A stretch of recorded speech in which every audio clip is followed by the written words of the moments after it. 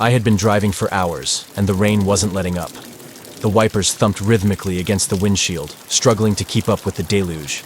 Exhausted, I pulled into the first motel I spotted, a rundown place with a flickering neon sign that read, "Vacancy." The building looked like it hadn't seen renovations in decades, but I was too tired to care. I checked in, took the key from the disinterested clerk, and headed to my room.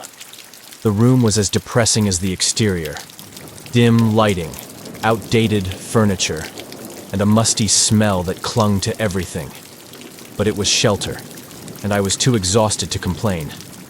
After a quick shower, I collapsed onto the bed, hoping to drown out the sound of the storm with the hum of the old, clunky air conditioner.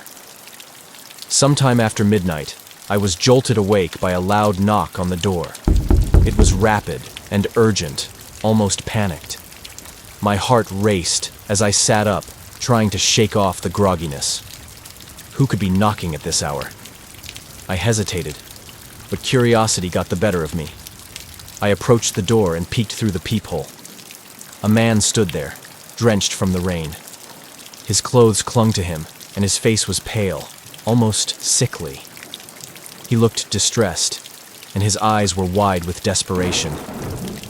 "Help me, please," he whispered, his voice barely audible over the sound of the rain. I didn't know what to do. Something about him made my skin crawl. But what if he was in real trouble?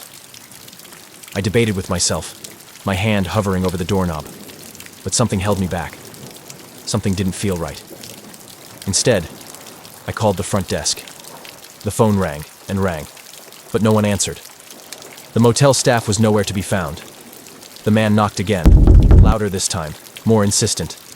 "Please, I need help," he cried out, louder now, his voice tinged with a strange edge.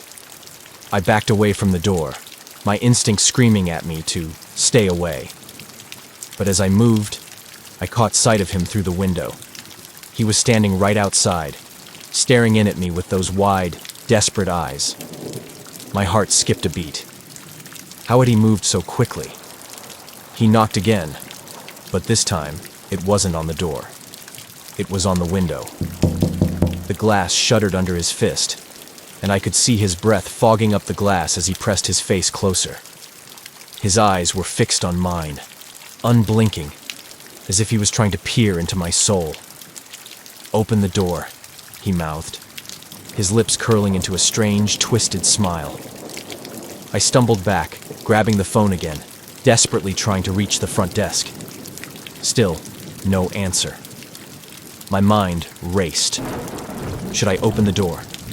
Should I let him in? But every fiber of my being screamed, no. Then, the knocking stopped. The silence was deafening. I cautiously approached the window again, hoping he had gone. But when I looked, he wasn't there.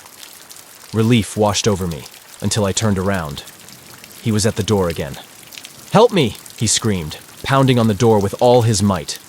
The door rattled on its hinges, and I was sure it would break under the force. I backed into a corner, clutching the phone like it was a lifeline, but the line was dead. Suddenly, the knocking stopped again. My breath caught in my throat. I waited, every nerve on edge. Minutes passed, but it felt like hours. Had he finally left? I inched towards the door, holding my breath, and looked through the peephole. He wasn't there. The hallway was empty. Maybe it was over. Maybe he'd given up. But then, the phone rang.